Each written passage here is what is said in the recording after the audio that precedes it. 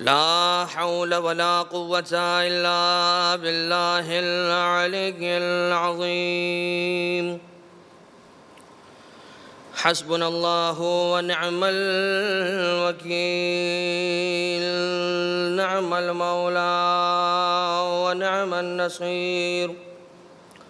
أعوذ بالله من الشيطان اللعين الرجيم. بسم الله الرحمن الرحيم. حمدا لك يا ذا الجود والإحسان والفضل والطول والامتنان، وصلاة وسلاما على من لا ينطق عن الهوى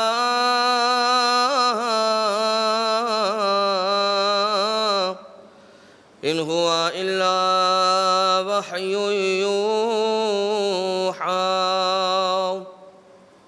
حبيب قلوبنا وشفيع ذنوبنا وطبيب نفوسنا، مولانا ومولى الثقلين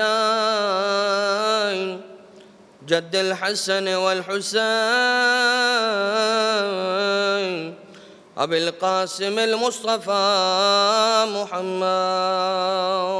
اللهم صل على محمد وآل محمد وعلى آله الذين أذهب الله عنهم الرجس وطهرهم تطهيرا.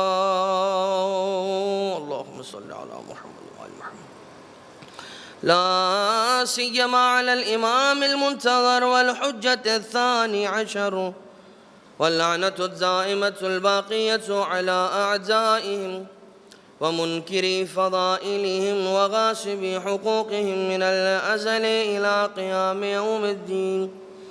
أما بعد، فقد قال الله سبحانه وتعالى في محكم كتابه ومتقن خطابه وهو أصدق القائلين. بسم الله الرحمن الرحيم. والفجر وليال عشر والشفع والوتر والليل إذا يسر هل في ذلك قسم لذي حجر. مومنین اور مومنات، مختصر سورہ قرآنی کے مفاہیم پر مسلسل گفتگو کا سلسلہ جاری و ساری ہے. اسی سلسلے میں آج جس سورہ کا انتخاب کیا گیا سورہ فجر کے نام سے معروف ہے، مگر اس سے پہلے کہ اس سورہ کے مفاہیم پر کچھ گفتگو کا باقاعدہ آغاز کیا جائے، اس سے قبل میں مناسب جانتا ہوں کہ فطرے کے اعتبار سے ایک مسئلہ آپ کی خدمت میں گوش گزار کیا جائے. یوں تو انشاءاللہ آج سے روزانہ ابتدا میں، اب جتنے دن رہ گئے ہیں، جتنی مجلسیں رہ گئی ہیں، انشاءاللہ ہر مجلس کے ابتدا میں تقریباً 5 منٹ کا ایک حصہ فطرے کے مسائل کے اعتبار سے مختص کیا جائے گا. آج کے اعتبار سے فطرے کے حوالے سے وہ مسئلہ کہ جو اس سال خصوصیت کے ساتھ بہت زیادہ پیش آنے والا ہے، اور وہ مسئلہ ہے آن لائن فطرے کے اماؤنٹ کو ٹرانسفر کرنے کے حوالے سے. سب سے پہلی بات فطرے کی خصوصیت کے اعتبار سے وہ یہ ہے، جو فطرے کی رقم ہے اس کے جو نوٹس ہوتے ہیں انہیں چینج نہیں کیا جا سکتا. یعنی کہ ایک شخص جس نیت سے فطرے کے نوٹ الگ کرتا ہے تو ان نوٹس کو بھی تبدیل نہیں کیا جا سکتا. فطرے کی رقم والے کرنسی نوٹ وہ تبدیل نہیں ہو سکتے. یعنی اگر کوئی یہ چاہے کہ میں فطرے کی جو رقم کے 500 کا جو نوٹ ہے اسے تبدیل کر کے 100 والے 5 نوٹ رکھ دوں اور وہ 500 کا میں اپنے پاس لے لوں، تو یہ جائز نہیں ہے، نہیں کیا جا سکتا. تو پھر جب یہ آن لائن یا بینک اکاؤنٹ کے تھرو فطرے کی رقم ٹرانسفر کی جائے گی تو پھر لا محالہ لازمی طور پر انیویٹیبلی یہ نوٹس چینج ہو ہی جائیں گی. وہاں پر وہ اپنے اکاؤنٹ میں کچھ اور ڈپازٹ کروائے گا، جہاں پر جس ادارے میں یا جس انڈیپینڈنٹ شخص، جس پرسنل جو بھی اگر فرد کو جا رہا ہے تو وہ جو وہاں سے وڈرا کرے گا تو وہ الگ نوٹس ہوں گے، یا اگر فار ایگزامپل اگر کسی ادارے کو آپ دے رہے ہیں فطرہ تو وہاں سے جو وڈرا ہوگا وہ بالکل الگ کرنسی نوٹ ہوں گے۔ تو پھر اس کا حل کیا ہے؟ شریعت اسلامیہ نے ہمیں اس مقام پر یہ حل تجویز کیا ہے کہ جس طرح سے نارملی فنڈز مومنین اور مومنات ٹرانسفر کیا کرتے ہیں فطرے کی نیت سے قبل، وہ فنڈز کی جو رقم ہے، جو جتنے رقم کا فطرہ ہے اتنی رقم ٹرانسفر کر دیں۔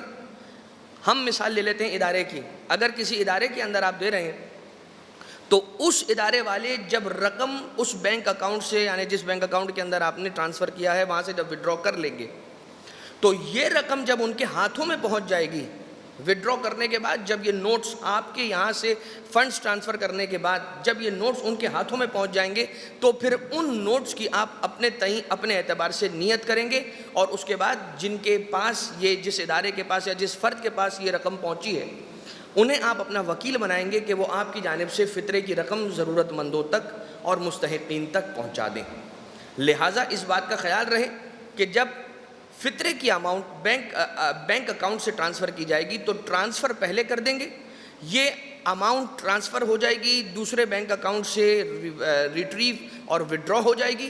جب ان کے ہاتھوں میں وہ رقم پہنچ جائے گی، وہ نوٹس پہنچ جائیں گے تو بالکل ان کے اعتبار سے نیت ہوگی، اور پھر وہ فطرے کی رقم میں آپ تبدیل کریں گے نیت کرنے کے ذریعے سے، اور انہیں وکیل بنائیں گے کہ آپ کے فطرے کی رقم وہ آپ کی جانب سے مستحقین تک پہنچا دیں۔ آئیے سورہ فجر، سورہ فجر کو سورہ امام حسین علیہ السلام بھی کہتے ہیں، چھٹے امام علیہ السلام کی ایک روایت کی روشنی میں جو تفسیر البرہان کے اندر امام علیہ السلام نے فرمائی۔ سورہ فجر کی تلاوت کرنے کے اعتبار سے امام معصوم علیہ السلام نے یہ ارشاد فرمایا کہ دیکھو اپنی واجب نمازوں میں، فریضہ نمازوں میں اس سورہ کی تلاوت کو شامل کیا کرو، یعنی انسان دونوں رکعتوں میں سے کسی ایک رکعت کے اندر سورہ اخلاص کی تلاوت کرے گا اور ایک رکعت کے اندر الحمد کے بعد سورہ فجر کی تلاوت کرے تو ہوگا کیا؟ پروردگار عالم فریضہ نماز کے اندر سورہ فجر کی تلاوت کرنے والے مومن مومنہ کو قیامت میں روز محشر امام حسین علیہ السلام کے ساتھ محشور فرمائے گا۔ وہ سورہ کہ جس کی ابتدا والفجر سے ہو رہی ہے، اب والفجر یعنی کہ فجر کی قسم۔ فجر کے ڈکشنری میننگز کیا ہیں؟ فجر کے ڈکشنری میننگز ہیں کشادگی، کشادگی، چوڑا ہونا، کھلنا، آسانی ہونا، اسے فجر کہتے ہیں۔ اور 24 گھنٹوں میں سے ایک وقت کہ جس وقت ہم پنجگانہ نمازوں میں سے ایک نماز فجر جو 2 رکعت ہے وہ پڑھتے ہیں، یہ وہی وقت ہے کہ جو فجر کا وقت ہے۔ یہ وہ وقت ہے کہ جب فجر کا مطلب کیا؟ سورج کی روشنی فجر ہو رہی ہوتی ہے، سورج کی روشنی پھوٹ رہی ہوتی ہے، سورج کی روشنی میں کشادگی آ رہی ہوتی ہے، سورج کی روشنی پھیل رہی ہوتی ہے، اس لیے اسے فجر کہتے ہیں۔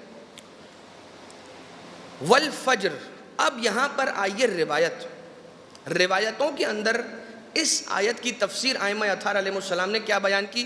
تفسیر قمی یعنی تفسیر علی ابن ابراہیم قمی، تفسیر برہان، تفسیر مجمع البیان، اور بہت سی تفاسیر، نور الثقلین بھی جس کے اندر شامل ہے، انوار النجف بھی جس کے اندر شامل ہے۔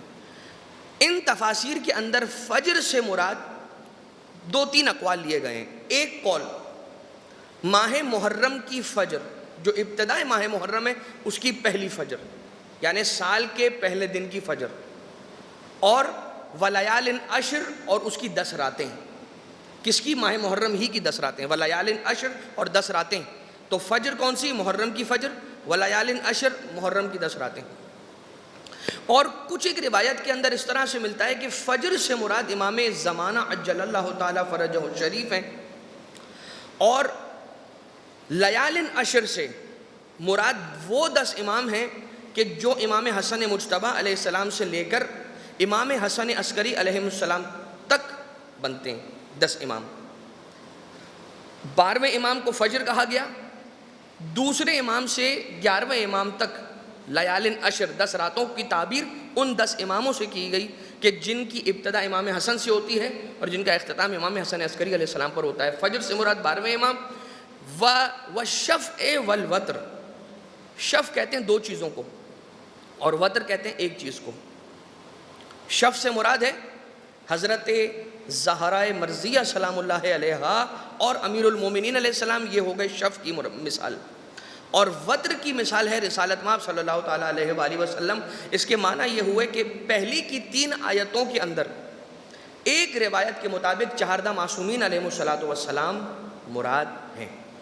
ولیال عشر واللیل اذا یسر، اور رات جب چھا جاتی ہے.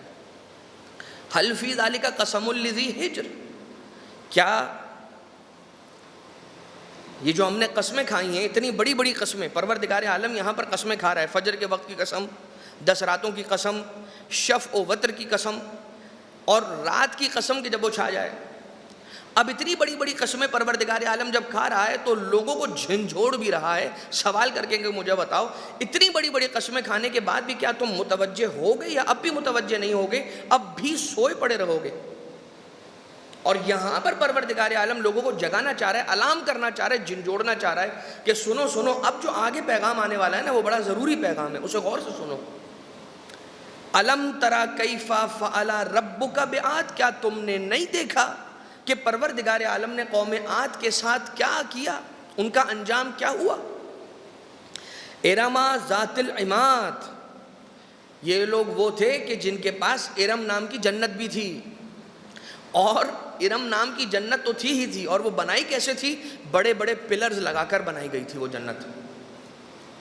دیکھیے حضرت ہود اور حضرت صالح 2 ایسے انبیاء ہیں کہ جن کا آنا اور مبعوث ہونا جس زمین کے ٹکڑے پر تھا وہ ایک ہی زمین کا ٹکڑا تھا. حضرت ہود علیہ السلام کا زمانہ پہلے ہے اور حضرت صالح علیہ السلام کا زمانہ بعد میں ہے. حضرت ہود علیہ السلام کی قوم کا نام ہے قوم عاد، اور حضرت سمود کی جو قوم ہے ان کا نام ہے قوم حضرت صالح علیہ السلام جو ہیں ان کی جو قوم کا نام ہے ان کا نام ہے قوم سمود. لہٰذا ہود اور صالح قوم عاد اور قوم سمود. اب پہلے ہو گئی قوم عاد، دوسری ہو گئی قوم سمود. پہلے ہو گئے حضرت ہود، دوسرے ہو گئے حضرت صالح. یہ 2 نبی خدا ہیں جن کی قبروں کا نشان آیت اللہ سید مہدی بحر العلوم کے مکاشفے کے نتیجے میں یہ بات کھلی کہ ان کی قبر وادی السلام میں آج جو جہاں پر نشان بتایا جاتا ہے وہاں پر ان کی قبر ہے. خیر اس کی تفصیل میں تو ہم نہیں جائیں گے، البتہ اتنا ضرور ہے کہ یہاں پر عادن الاولیٰ اور عادن الاخری، یعنی پہلا عاد اور دوسرا عاد. پہلا عاد یعنی کہ قوم حضرت ہود، اور عاد ثانی دوسرا عاد کون سی؟ حضرت صالح کی قوم یعنی کہ قوم سمود. اب یہ لوگ جو تھے منرل ریسورسز، نیچرل ریسورسز سے بہت زیادہ لیس تھے. ان کے پاس کسی بھی نیچرل ریسورسز کی کوئی کمی نہیں تھی. یہ وہ تھے کہ جو طویل القامت اور جن کی جو باڈیز تھیں، جن کے جسم تھے وہ بہت زیادہ طاقتور تھے. قوم عاد کا یہ سلسلہ ہے کہ یہ لوگ اونچے اونچے مکانات بناتے ہیں. کیوں؟ کیونکہ ان کے جو افراد ہیں، ان کے جو لوگ ہیں قوم عاد کے اندر بسنے والے انسان، ان کی جو ہائٹس ہیں وہ بہت لمبی لمبی ہیں، بہت لمبے لمبے قد کے لوگ حضرت ہود کی جو قوم ہے قوم عاد اس کے اندر رہتے تھے. اب یہ بڑے بڑے اونچے اونچے چھت والے مکانات بناتے تھے جس کے لیے انہیں بڑے بڑے پلرز کی ضرورت پڑتی تھی کہ جو یہ لوگ پہاڑوں سے کاٹ کر لے کر آتے تھے. اور اتنی زیادہ طاقتور لوگ تھے یہ لوگ، قوم عاد کی بات کر رہا ہوں یعنی کہ حضرت ہود کی قوم، اتنے زیادہ پاورفل تھے، ان کے بازوؤں میں اتنی طاقت تھی کہ یہ ایک بڑا پلر جو پہاڑ کو کاٹ کر نکالا گیا ہے اس کا ایک پیس، اسے اٹھا کر ایک قوم کی جانب پھینکا کرتے تھے اور اس پوری قوم کو قتل کر دیا کرتے تھے اس بڑے سے پلر کو پھینکنے کے ذریعے سے. اتنی زیادہ ان کے بازوؤں میں طاقت تھی. کیسی بات ہے؟ جب ہم قوم عاد کے افراد کی یہ بات بیان کرتے ہیں کہ ان کے بازوؤں میں طاقت تھی تو بات سمجھ میں آتی ہے. پروردگار عالم، اب یہ قوم عاد کے وہ لوگ کون ہیں کہ جو لوگ پروردگار عالم کے سرکش لوگ ہیں. سرکش لوگ ہیں، گنہگار لوگ ہیں، اس کی معصیت کرنے والے ہیں، حضرت ہود کی بات نہیں ماننے والے لوگ ہیں، حضرت ہود کا نعوذ باللہ استہزاء اور مذاق اڑانے والے لوگ ہیں، تو ان کے بازوؤں میں اتنی طاقت ہے. تو وہ انسان کہ جس نے اپنی ساری زندگی پروردگار عالم کی اطاعت میں گزار دی، رسول خدا کی امر کے بجا آوری کے اندر گزار دی، اس علی بن ابی طالب علیہ السلام کے بازوؤں میں اگر اتنی طاقت آ جائے تو پھر تعجب کی کیا بات ہے. قوم عاد ارم ذات العماد. اب میں ارم ذات کی طرف آتا ہوں آپ کی خدمت میں. التی لم یخلق مثلھا فی البلاد. ایسا شہر تھا شہر ارم کہ اس جیسا شہر پہلے کبھی بھی بلڈ نہیں ہوا تھا. اب ذرا سنیے گا کہ یہ ارم شہر یہ صرف شہر نہیں تھا. شداد کا نام سنا ہے آپ نے؟ شداد. یہ شداد وہی ہے کہ جس نے جنت بنائی، اس جنت کا نام ارم. اور یہ شداد حضرت ہود کی قوم عاد کا ایک فرد تھا. اس کا ایک بھائی، شداد کا بھائی شدید، اور اس کے والد تھے کہ جس کے انتقال کے بعد یہ سارا کا سارا کی جو ساری اونرشپ اور حکومت تھی وہ ان دو بھائیوں کے پاس آئی، شداد اور شدید کے پاس. شدید کا جب انتقال ہو گیا، شہید جب مر گیا، تو پھر پوری دنیا پر شداد کا تسلط ہو گیا. پوری دنیا پر اس کی حکومت تھی. شداد کی حکومت پوری دنیا پر تھی. اب حضرت ہود علیہ السلام تشریف لے کر آئے تھے، لیکن فی الحال ہم شداد کی بات کو ڈسکس کر لیں، یہ بات ایک مکمل ہو جائے. شداد نے لوگوں کو ڈسٹریکٹ کرنے کے لیے اور حضرت ہود علیہ السلام اور اللہ کی توحید کے پیغام سے دور رکھنے کے لیے ایک اسٹریٹجی پلان کی. اور وہ پلاٹ یہ تھا کہ ہم ایک جنت کا نقشہ بناتے ہیں اور اسی زمین پر ایک جنت بناتے ہیں. حضرت ہود علیہ السلام یہ کہتے تھے کہ اللہ کی توحید کو مانو. اگر تم نے پروردگار عالم کی توحید کو مانا تو تمہارے لیے اللہ تعالیٰ جنت کے باغوں کو مہیا کرے گا، یہ اس کا وعدہ ہے. اور اگر تم نے پروردگار عالم کی بات کو نہ مانا تو اس کا سخت عذاب تمہارا انتظار کر رہا ہے. اب جب یہ بات ان لوگوں کے پاس کہ جو بڑے ویل اسٹیبلشڈ لوگ ہیں، قوم عاد کے لوگ بہت ویل اسٹیبلشڈ لوگ ہیں، انہیں کسی کی ضرورت نہیں ہے مال دنیا کے اعتبار سے، دنیاوی اعتبار سے، لہٰذا انہوں نے حضرت عاد علیہ السلام سے، حضرت ہود علیہ السلام سے گستاخیاں کرنا شروع کی. لیکن خیر اب یہ جنت بنانا شروع ہوئی. 100 ایسے بہترین ماہرین کو اس نے ارینج کیا. کس نے؟ شداد نے. کہ جن کی مثال، ان کی کاریگری کی مثال، ان کے فن کی مثال پوری دنیا کے اندر دی جاتی تھی. ایسے بیسٹ آرکیٹیکچرل ایکسپرٹس کو بلایا گیا اور ان کو کہا گیا کہ تم نے یہ جنت بنانی ہے اور اس جنت کے ذریعے سے لوگوں کو دھوکہ دینا ہے اور حضرت ہود سے دور کرنا ہے، اللہ سے دور کرنا ہے، اور میں نے اپنی جنت میں انہیں بسانا ہے اور میں نے خدائی کا اعلان کرنا ہے. نعوذ باللہ من ذالک. اب آپ ذرا سوچئے کہ یہ جو 100 ایکسپرٹس تھے ان میں سے ہر ایک کے انڈر، ہر ایک کے تحت تسلط 1000 کاریگر اور 1000 معمار مزدور دیے گئے. کتنے لوگ ہو گئے؟ 1 لاکھ لوگ.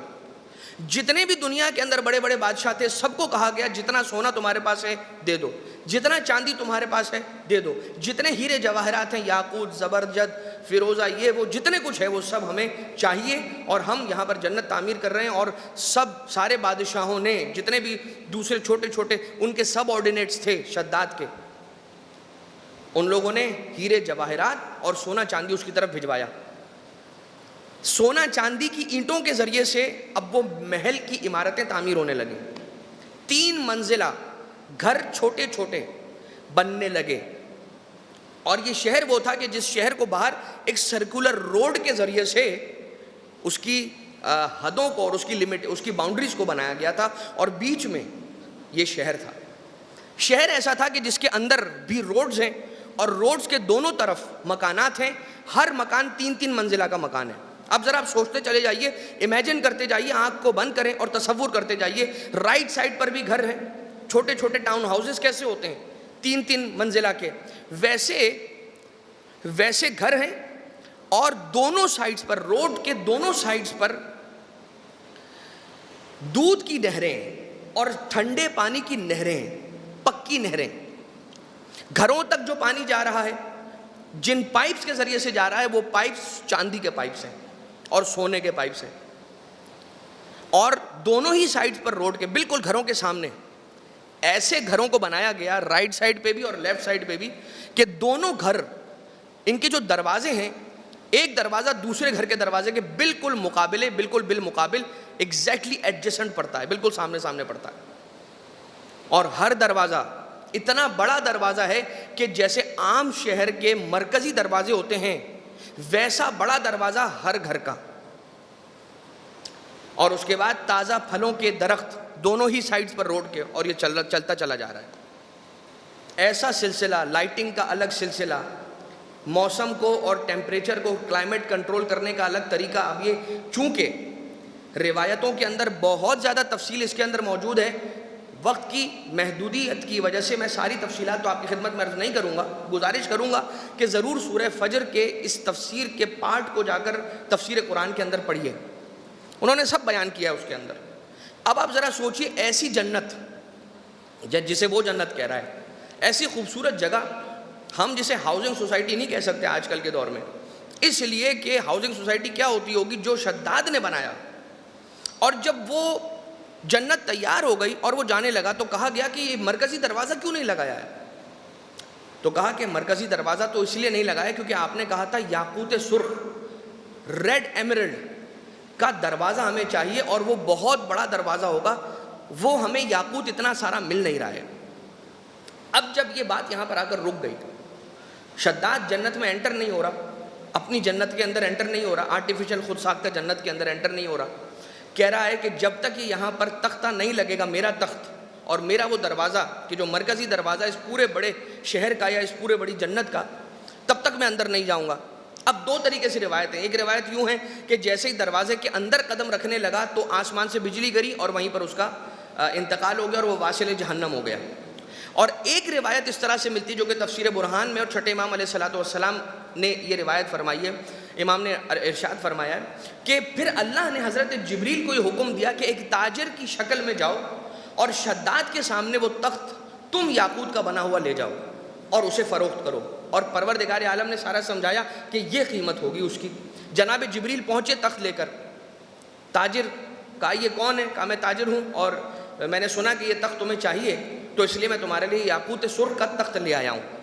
جب وہ تخت لے کر پہنچے ہیں اور کہا کہ اس کی قیمت کیا لوگے؟ کہا اس کی قیمت تمہاری پوری جنت قرار دوں گا. یہ پوری جنت اگر مجھے دو گے تو پھر یہ تخت تمہیں ملے گا، ورنہ یہ تخت تمہیں نہیں دوں گا. اب جیسے ہی سنا تو کہا کہ نہیں، 1/3 لے لو. حضرت جبریل جو کہ تاجر کی شکل میں آئے تھے منع کر دیا. 2/3 لے لو. کہا نہیں. بالآخر شداد مان گیا اور کہنے لگا کہ ٹھیک ہے یہ جنت تمہاری ہوئی، بس مجھے تخت دے دو.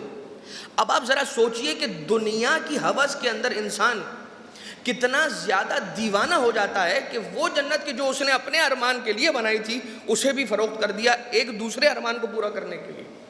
یعنی انسان کی خواہشات کی کوئی انتہا نہیں. 2 گز زمین بھی چاہیے 2 گز کفن کے بعد. جو خواہشات نفس ہیں انہیں کبھی کوئی سکون نہیں ملتا. اور جب جنت بیچ دی، تخت لے لیا، تخت لگا دیا گیا. اب جب جنت میں جانا چاہتا ہے تو حضرت جبرائیل نے اپنے حقوق مالکانہ یعنی اونرشپ رائٹ جو تھے اس کی وجہ سے شداد کو اندر جانے سے روک دیا اور کہا کہ تم اندر نہیں جا سکتے اس لیے کہ اب یہ میری ملکیت ہے. اور اس کے بعد اس کو وہاں پر دورہ پڑا، دل کا دورہ پڑا اور وہ وہیں پر واصل جہنم ہو گیا. ایک یہ روایت. لیکن عزیزان محترم، اللہ تعالیٰ نے اس دنیا کے نظام کو کس طرح سے اور اس انسان کو پروردگار عالم نے کیسا خلق کیا ہے، اللہ تعالیٰ نے اس کی پکڑ فوراً نہیں کی. اسے جو وہ جنت سمجھ رہا تھا اسے بنانے دیا. اور جب وہ اپنی تئی سوچ میں ایک جنت بناتا رہا، جب اندر داخل ہونا چاہتا تھا تو پروردگار عالم نے بتایا تو یہ سمجھتا ہے کہ الٹیمیٹ پاور تیری ہے، مگر دراصل ایبسولوٹ پاور میری ہے، یعنی کہ رب ذوالجلال خدائے وحدہ لا شریک کی ہے. کہ جو تو نے کیا وہ تو نے کیا، وہ بھی میں نے تجھے مہلت دی تو تو کر سکا. اور اس کے بعد آسمان سے بجلی گری اور وہ اس دنیا سے واصل جہنم ہو گیا. عزیزان محترم، ایک روایت ہے، رسالت مآب صلی اللہ تعالیٰ علیہ وآلہ وسلم نے ارشاد فرمایا، یہ بھی روایت تفسیر البرہان کے اندر لکھی ہوئی ہے. اور وہ روایت یہ کہ پروردگار عالم نے ابتدا کے اندر اس دنیا کے اندر سمندروں کو خلق فرمایا تھا، مگر سمندر نے اپنے پانی کے تلاطم اور اپنی ویوز کے اوپر فخر کیا. تو پروردگار عالم نے زمینوں کو خلق کیا اور زمین کو پانی کی ویوز پر رکھ کر اس کے تلاطم کو دبا دیا، اس کے فخر کو دبا دیا کہ اے پانی، اے سمندر، تو اپنی طغیانی اور اپنے ویوز کے تلاطم پر فخر کر رہی ہے؟ تجھ سے طاقتور، تیری ویو سے طاقتور چیز زمین کو تجھ پر مسلط کروں گا۔ اور اللہ تعالیٰ نے زمین کو بنایا اور اسے دریا پر رکھا۔ جب زمین اپنی سختی پر فخر کرنے لگی تو پروردگار عالم نے اس سے بڑے بڑے اور طاقتور پہاڑوں کو کیلوں کی طرح، میخوں کی طرح اس زمین کے اندر گاڑ دیا اور کہا کہ اے زمین فخر نہ کرنا، اس لیے کہ تجھ سے بھی بڑی ایک چیز ہے، اس کا نام ہے پہاڑ، کہ جو تیرے فخر کو توڑنے کے لیے بہت کافی ہے۔ اور جب پہاڑ کو اللہ تعالیٰ نے زمین کے اوپر گاڑ دیا، زمینوں میں گاڑ دیا، تو اب پہاڑ اپنے اوپر فخر کرنے لگے، اپنی طاقت پر فخر کرنے لگے۔ تو پھر پروردگار عالم نے کہا دیکھو اے پہاڑوں، تم فخر نہ کرنا، اس لیے کہ تم سے زیادہ طاقتور شے لوہا خلق کروں گا کہ جو تمہیں بھی کاٹنے کے لیے کافی ہے۔ اور جب لوہے نے اپنی سختی پر فخر کیا تو پروردگار عالم نے آگ کو خلق فرمایا۔ یہ جو ایک سے بڑھ کر ایک، یہ جو اللہ تعالیٰ نے ایک اور اس کے اوپر تسلط رکھنے والی اس سے بڑی ایک چیز جو خلق کی ہے، وہ کس سیریز میں خلق کی اور کس وجہ سے خلق کی ہے، یہ اس حدیث کا عنوان ہے۔ آگ کو خلق کیا کہ جو لوہے کو بھی پگھلا دیتی ہے۔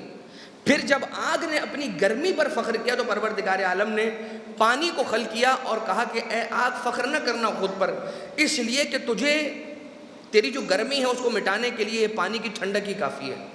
اور جب پانی نے اپنے اوپر فخر کیا تو پھر اللہ تعالیٰ نے ہواؤں کو چلایا کہ جو ان پانی کو بھی، اس پانی کو بھی اڑا کر اپنے ساتھ لے جاتی ہے اوپر۔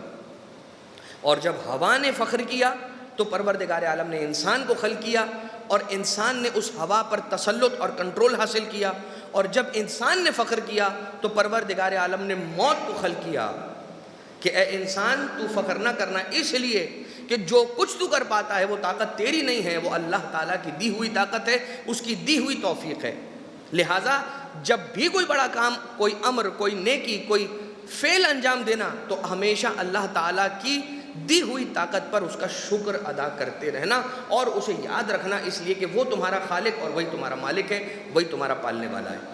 اور اس کے بعد جب موت نے فخر کیا تو پروردگار عالم نے یہ فرمایا کہ تم موت کو بھی جنت اور جہنم یا برزخ کے درمیان اسے قتل کر دیا جائے گا اور اس کو موت کو بھی موت آ جائے گی اور اسے ختم کر دیا جائے گا۔ امام حسن مجتبیٰ علیہ الصلاۃ والسلام کی وہ بہت ہی مشہور و معروف حدیث ہے کہ جس کے اندر پوچھا گیا جب ان سے کہ اللہ تعالیٰ نے ایک سے ایک زور آور چیز کیا خلق کی ہے، تو مولا جب یہی ساری چیزیں گنواتے ہوئے موت پر آئے تھے تو پروردگار عالم کی موت کے اوپر جو خلقت ہے اس کا ذکر امام حسن مجتبیٰ علیہ السلام نے یہ کہتے ہوئے کیا کہ اللہ نے موت کے اوپر امر کو خلق کیا ہے کہ اگر امر آ جائے تو موت بھی ٹل جاتی ہے، اور اللہ نے امر کے اوپر ولی امر کو رکھا ہے، یعنی کہ امام معصوم کو رکھا ہے کہ جس کے تحت تسلط ہے امر، کہ وہ اگر چاہے تو امر کو بھی ٹال دیتا ہے۔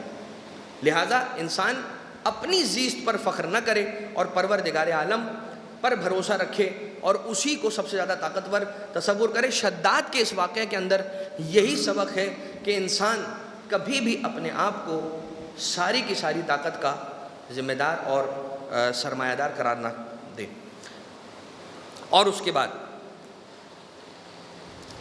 وَثَمُودَ الَّذِينَ جَابُوا الصَّخْرَ بِالْوَادِ، اب جو قوم سمود کا ذکر کیا ہے تو یہ بیان ہوا کہ وہ پہاڑ کے ٹکڑوں کو کاٹتے تھے، انہیں زمین پر رکھتے تھے اور اس کے اوپر گھر بناتے تھے۔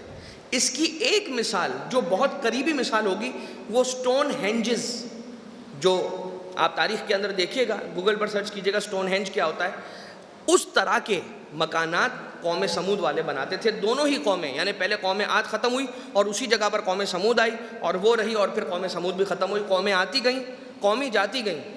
وہ لوگ ہمیشہ باقی رہے کہ جنہوں نے پروردگار عالم کی اطاعت کی اور اس کی فرما برداری کی۔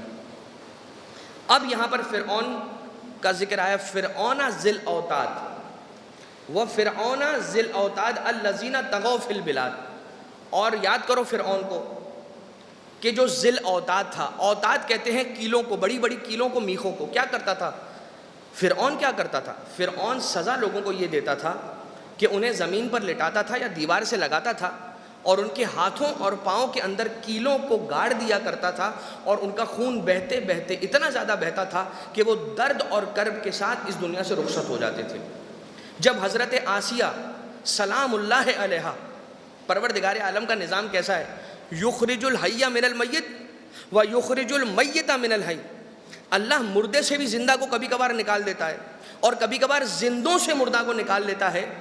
زندوں سے مردہ کو نکالنے کی مثال ہے نوح نبی خدا، مگر بیٹا کنعان کہ جو حضرت نوح علیہ السلام کا نافرمان نکلا، اور کبھی کبھار مردوں سے زندوں کو نکالتا ہے، یعنی کہ فرعون، اس کی زوجہ حضرت آسیہ پروردگار عالم کو ماننے والی اور اس پر توکل اور بھروسہ کرنے والی، جب پتہ چلا کہ یہ اللہ کو مانتی ہے تو حضرت آسیہ سلام اللہ علیہا کو ان کے ہاتھوں اور ان کے پاؤں میں کیلوں کے گاڑے جانے کے ذریعے سے شدید تکلیف کے ساتھ شہید کر دیا گیا تھا۔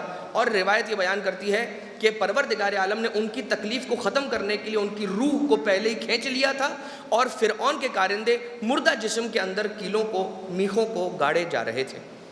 خیر، ان ربک لبالمرصاد، یاد رکھنا تمہارا رب جو ہے نا وہ مرصاد، صراط مستقیم پر ایک جگہ ہوگی کہ جہاں کے بارے میں کہا جا رہا ہے کہ یاد رکھنا تمہارا رب صراط مستقیم پر بیٹھا ہوا ہے، صراط مستقیم پر تمہارا رب موجود ہے۔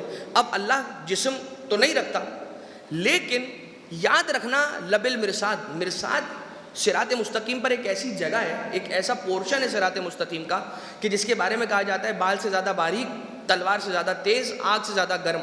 لوگوں پر ظلم کرنے والا مرصاد سے آگے بڑھ ہی نہیں پائے گا۔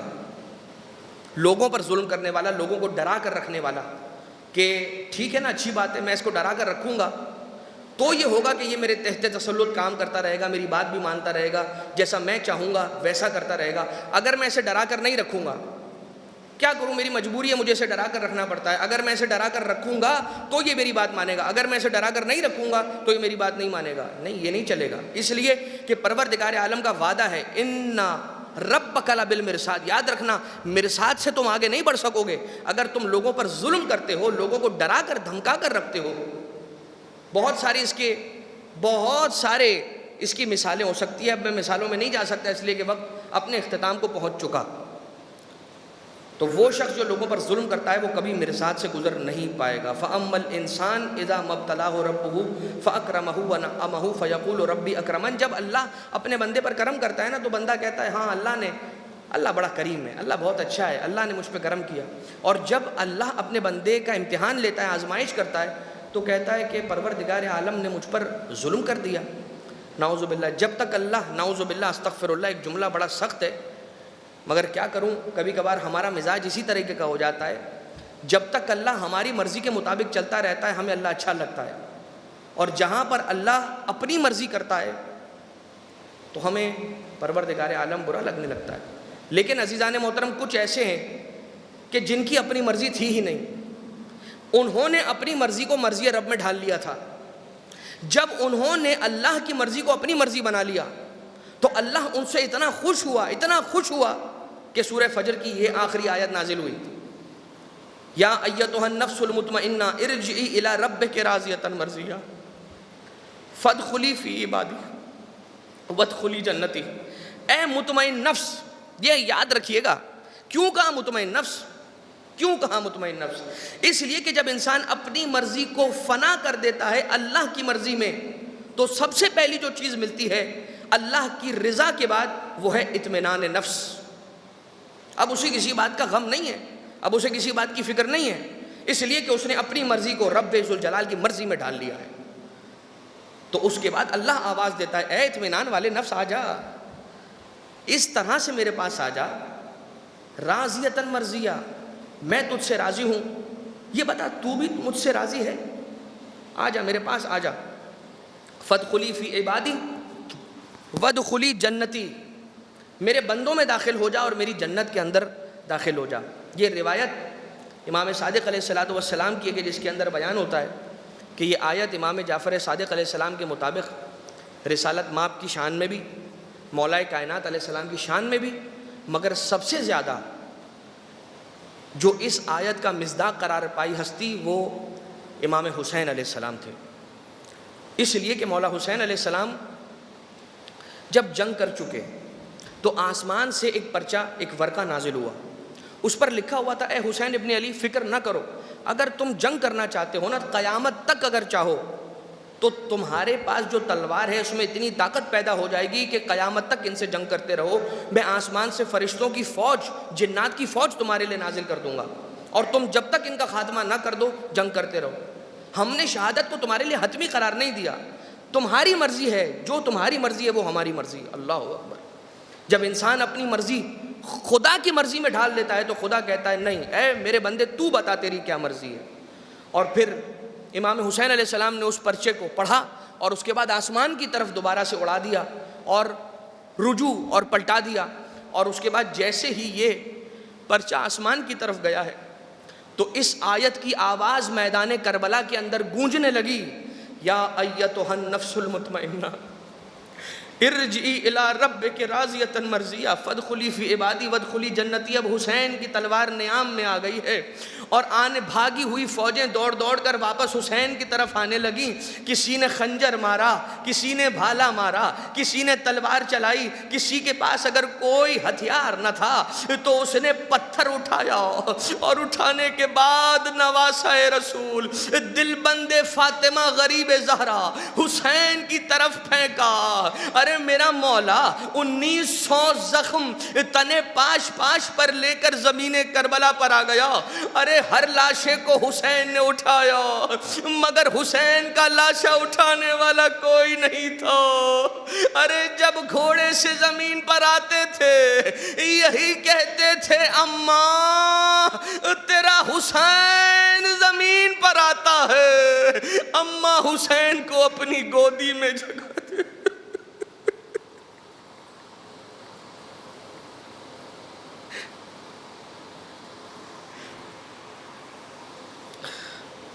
الا ولعنۃ اللہ علی القوم الظالمین وسيعلم الذین ظلموا آل محمد ای منقلب ینقلبون۔ پروردگارہ تجھے واسطہ محمد وآل محمد کا، ہماری اس عبادت کو اپنی بارگاہ سے مقبول و منظور فرما۔ پروردگارہ جتنے بھی مومنین اور مومنات دنیا میں جہاں کہیں پر بھی پریشان حال ہیں تمام کی پریشانیوں کو دور فرما۔ بار الہ اس وبائی مرض سے تمام مومنین اور مومنات بالعموم جتنے بھی امت محمدیہ کے افراد ہیں تمام کو محفوظ اور مأمون فرما۔ پروردگارہ امام زمانہ علیہ السلام کے ظہور میں تعجیل فرما، ہمیں امام کے مخلص آبان و انصار میں شمار فرما۔ ربنا تقبل منا انک انت السمیع العلیم بجاہ محمد وآلہ الطیبین الطاہرین۔ ایک سورہ فاتحہ کی تلاوت کی گزارش۔ مرحوم محمد ابن عبداللہ ڈوسا، مرحومہ لیلہ بنت غلام حسین، مرحومہ سکینہ بنت محمد، مرحوم غلام عباس ابن حسن علی تاجری، مرحومہ خدیجہ بائی بنت لدھا، مرحوم حسین محمد علی مولو اور ان کے خاندان کے تمام مرحومین، مرحومہ خیر النساء رحمۃ اللہ ماؤجی اور ان کے خاندان کے تمام مرحومین، مرحومہ کلثوم بائی عبداللہ سومجی، مرحومہ زاہدہ حسین مولو زوجہ محمد حسین کپاسی، مرحوم اکبر فاضل دھیرانی، مرحومہ قاسم علی محمد علی دینا، مرحومہ فاطمہ بائی جمعہ لاڈک، مرحوم منیر احمد شریف، مرحومہ معصومہ بائی علی محمد وسرام، مرحومہ ممتاز بانو برکت علی نایانی، مرحوم حیدر علی عبد الحسین ماؤجی، مرحومہ زینب بائی رجب علی خاکو، مرحوم رجب علی حسن علی راجانی اور ان کے خاندان کے تمام مرحومین، مرحومہ زہرا بانو ولی محمد اور ان کے خاندان کے تمام مرحومین، مرحومہ فاطمہ بانو ولی محمد اور ان کے خاندان کے تمام مرحومین، مرحوم رمضان علی ولی محمد اور ان کے خاندان کے تمام مرحومین، مرحوم یوسف علی ابراہیم سابو والا اور ان کے خاندان کے تمام مرحومین، مرحوم محبوب علی رجب علی راجانی اور ان کے خاندان کے تمام مرحومین،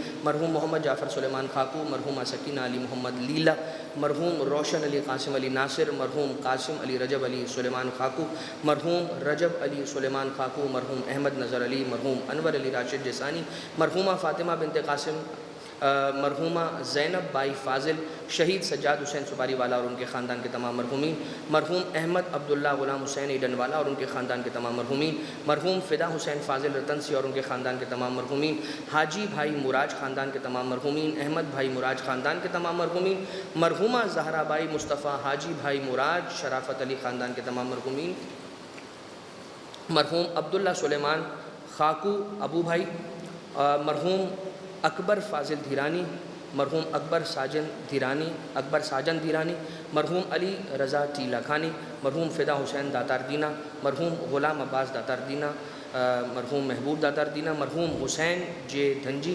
مرحوم حسین آئی حاجی شینی، مرحوم ابراہیم حسن علی بندے علی، مرحوم محمد علی غلام حسین، مرحوم محمد جعفر کیجی، مرحوم محمد جعفر سلیمان خاکو، مرحوم رمضان علی یوسف علی موربی، مرحوم شیر علی منجی، مرحوم سلطان بھائی، مرحوم یوسف این پنجو، مرحوم روشن علی حسین حاجی مراج، مرحوم فدا حسین خاکی، مرحوم محمد رضا یوسف علی موربی والا، مرحوم غلام عباس پیر بھائی، مرحومہ امینہ شیر علی ہاشم، مرحومہ فاطمہ بائی محمد جعفر کیجی، مرحومہ کلثوم بائی حسن علی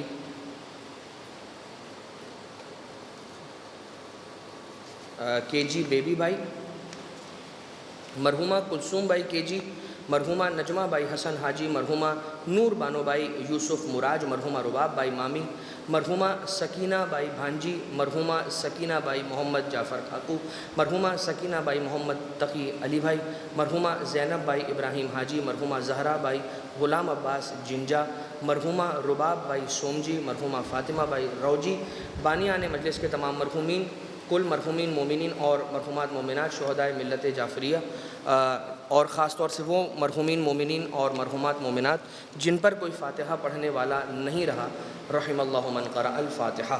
بسم اللہ الرحمن الرحیم، الحمد للہ رب العالمین، الرحمن الرحیم، مالک یوم الدین، ایاک نعبد و ایاک نستعین، اہدنا الصراط المستقیم، صراط الذین انعمت علیہم غیر المغضوب علیہم ولا الضالین، اللہم اغفر للمؤمنین والمؤمنات والمسلمین والمسلمات الاحیاء منہم والاموات، تابع بیننا وبینہم بالخیرات انک مجیب الدعوات، انک علی کل شیء قدیر برحمتک یا ارحم الراحمین۔